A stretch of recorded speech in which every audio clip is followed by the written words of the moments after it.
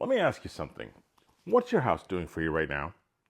Not appreciating in value, not sitting there being a good investment. I mean, what is it actually doing for you today? Most people don't think about this, but your home isn't just where you live. It's one of the most underutilized financial assets you own.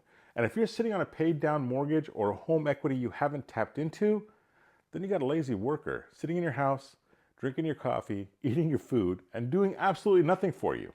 And yeah, I get it. Most people have been brainwashed into thinking the goal is to pay off your house as fast as possible. But let me tell you something the banks don't want you to realize. That money locked up in your walls is not working for you. It's like having $400,000 sitting in a safe, earning zero interest while inflation eats away at it year after year after year. Let me tell you the parable of the home equity. Let's throw in an old story. You might have heard this one before.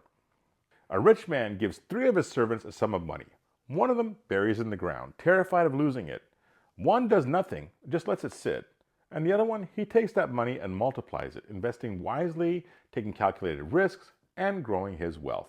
Now, which one do you think was rewarded? Your home equity is just like that. You can sit on it and do nothing, or you can put it to work and start making money off of it. And let's be real. Most people think, I don't have $100,000 to invest.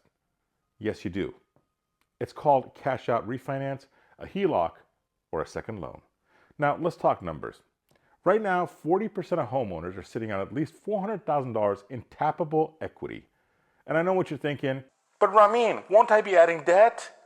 Sure, but not all debt is bad debt. Let me ask you this. Would you rather have $400,000 sitting in your house, earning you nothing, or put $100,000 of that to work, making you thousands of dollars every single month?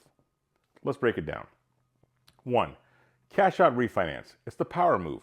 A cash out refinance lets you take out a lump sum of your home equity and replace it with your current mortgage with a new one. Here's an example. Your home is worth $1.2 million. You owe $500,000. You can refinance, take out $300,000 in cash, and still have a mortgage payment that's manageable. Now, with that $300,000, you can buy a duplex, a fourplex, or even multiple rental properties. And here's the kicker. Use that rental income to cover the new mortgage. So now instead of letting that money rot in your walls, it's buying you income-producing assets. A HELOC, or a home equity line of credit, is your emergency war chest. If you don't want to touch your mortgage, a HELOC, or a home equity line of credit, is like a giant credit card secured by your home. You only pay interest on what you borrow. You can use it, pay it down, and use it again.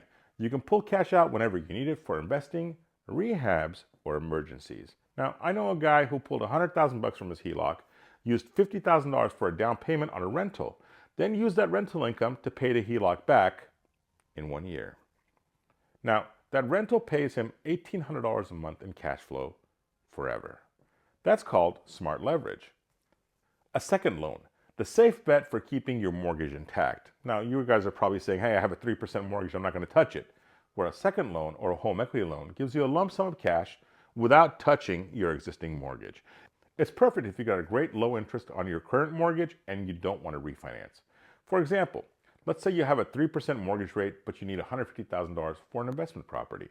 Instead of losing your low mortgage rate, you take out a new home equity loan at 8%, let's say, but the investment property flows for $3,000 a month. So who cares if the loan is 8%? You're making way more than you're paying in interest. That's how real estate investors think. What's the alternative? You sit on your hands for the next 5 to 10 years waiting to pay off your house while missing out on massive real estate opportunities. Or you tap into the money sitting in your home, start investing, and build real wealth that works for you. And before you tell me, but I don't know where to get started, I got you. If you're serious about building wealth through real estate, let's strategize. Drop a comment in here, DM me, whatever you got to do. You know my phone number, but stop letting your money collect dust in your walls. And don't forget, share this with a friend who needs to hear it. Save it for later. And if you want more no BS real estate and mortgage advice that could actually help you build wealth, hit that subscribe button and hit the notifications, and I'll see you in the next one.